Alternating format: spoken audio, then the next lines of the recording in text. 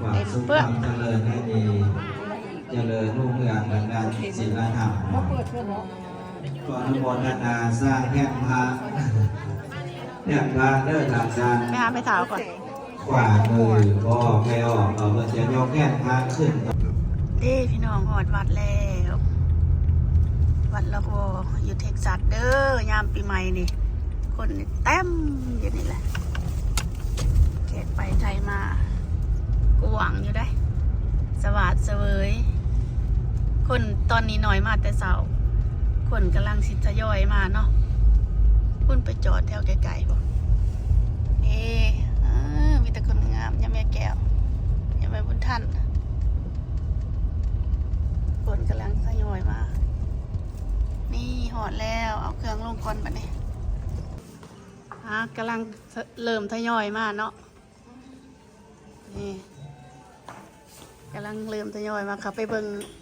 เรือนครัวนะจัดหางหากาเกี่ยมผ้าเขาวเถาะเขาวทิพย์แตงประกอบผ้าเขาอันนี้จะเป็นเรือนครัวพี่น้องสบายนี่มันเซียวข่อยได้นี่งามขนาดนี่บ่แล้วบ่ได้บวช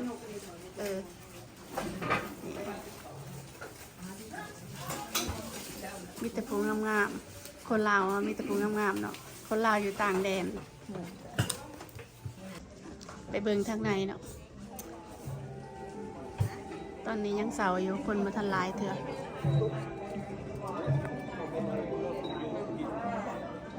อาหารการกินโอละเยืองซองเยืองเนี่ยแซ่บๆเอามากินเอามาวัด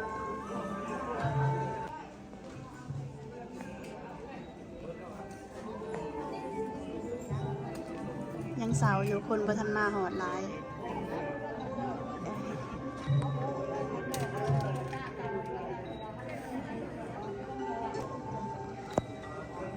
อาหารการกินแต่พลเยืองสองเยืองหน่อยก็ได้3เยืองไปได้นอนเมื่อคืนเนี่ยจะมาบ่ายโมงจังแล้วมีตำบักหุ่งมีสุกเฮ็ดใส่บักทั่วมีน้ำหวานไปเบิ่งอาหารกับพวกท่านในร้ายเป็นไหนเนาะเพราะว่ายังเสาอยู่หน่อยฝ่ามาดินี่อันนี้จะเป็นซาลาเปาต้องหน่อยสมารีอยู่พี่อันนี้นะปิงซีนหมูปลาซีนเหาะซีนแห้งปลาเดของหน่อยนะตำบักทั่วสดจากสวนซุปหน่อไม้มีแต่เนื้อแสบๆได้มาวัดนี่จะเป็นลาบไก่ลาบไก่ให้กันนะเด็กอะนี่สุกผักปิ่งไข่ทอดปลาโอ้จะมันงามเลยนี่เต้นเนี่ยแสบๆเลยนะลุงมาวัดนี่นี่เขาพัดขัวมีเดของหน่อยนี่ของจากหัวจากสวนนี่เกลือสมหมู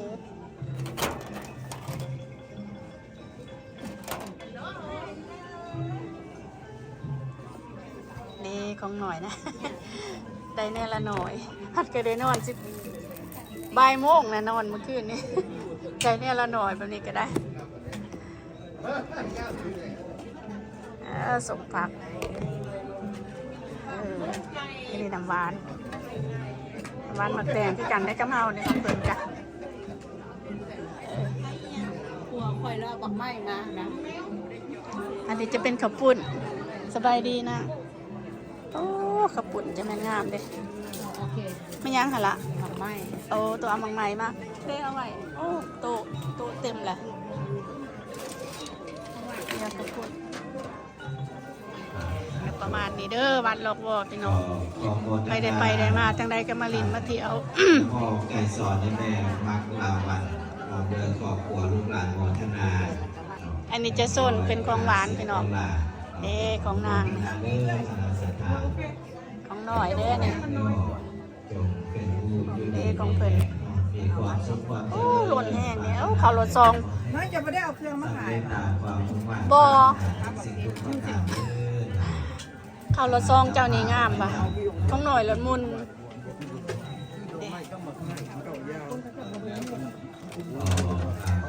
ว่า เต็มเลยบัดนี้ การ พี่น้อ มาง ครอบครัวแนวเนตา จะไม่ได้ยังต่ออีกยัง ทำบุญสุขโมทนาขอให้มีความสุขความเจริญให้มีเจริญรุ่งเรืองดังนั้นศีลธรรมขออนุโมทนาสร้างแท่นพระ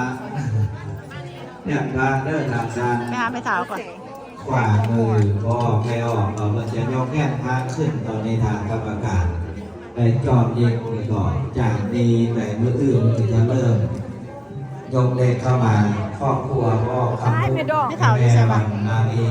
ดวงจำปาโมทนามาเป็นพลอยดอลลาร์ นี่จะเป็นกรรมการวัดพี่น้องคุณหญิงและสตรี งามงามบ่เลิกงามบ่แล้วเบิ่งย่ำใดกันงามย่ำนั้นศึก ส่วนมาเอาบุญน้ำกันเด้อบุญเข้าพรรษา เบิ่งกับ จั ภาง หวั ษา ดละอ้อเท็กซัส โดยเฉพาะแม่นบุญปีใหม่ลาวเนาะกับปีหน้าหรือว่าปีต่อไปกะส่วนมาลินมาเที่ยวอยู่เท็กซัสเด้อพี่น้องอยู่วัดลูกบ่ออยู่เท็กซัสมวนหลายเด้อไปมาบ่ทันปีนี้ปีหน้าก็มาเนาะหรือว่าปีต่อๆไปม่วนรับรองบ่พลาดนี่เห็นบ่กำลังไหว้พระพี่น้อง นาสกาเลนะ ไปได้คือบอกไปให้ กาดามังหา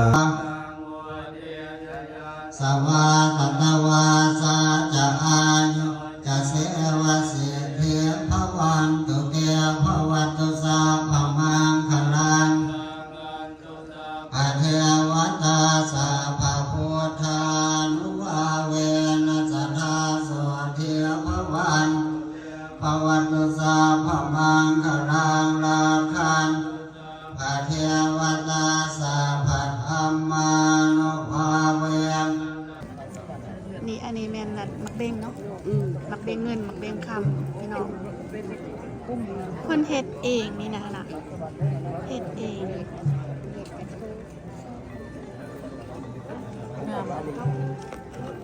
เดผู้เฮ็ดกะงามคือจะงามคือหมักเบงเลยสัมพอเพิ่นงามเนาะโปรดโปรด ดูใน นี่เพิ่นเฮ็ดเองเลยพี่ ยัง น้ ไง อง ไม่เสลียงคำ$108ยังไงทองสีจันดีไม่ใส่$100 ตอนนี้เพิ่นกำลังสิใส่บาทพี่น้อง ส่วนภาษีราคาวัด2วันเลย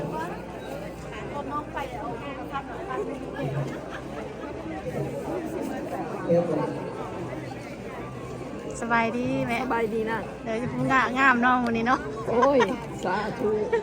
อยู่ดีไม่แห้ง ก็อยู่นะ โดยจะแน่ว่าท่านใดหูกันได้ไหมเนี่ย ลานที่สี่ลานเนาะนะ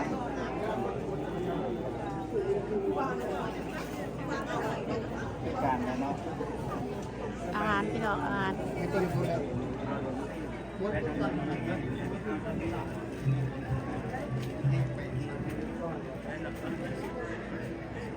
ต่อจากนี้ต้องบอก มีหนอนเขียดได้อยูอเมริกามีเขียดแดงเลย ทำสิ่งหรือเนี่ยเด็ก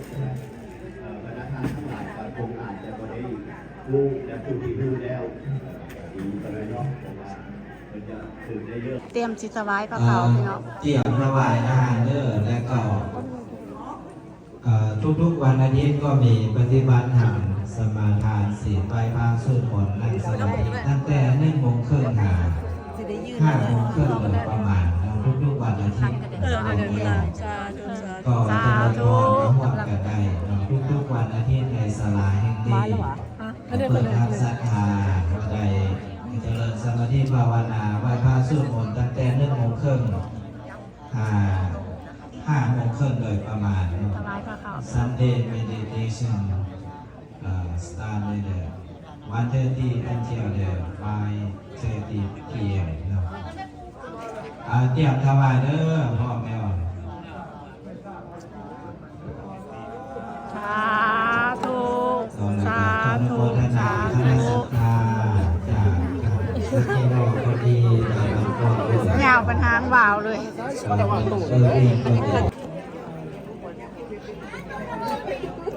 ตอนนี้กำลังสิกินข้าวพี่น้อง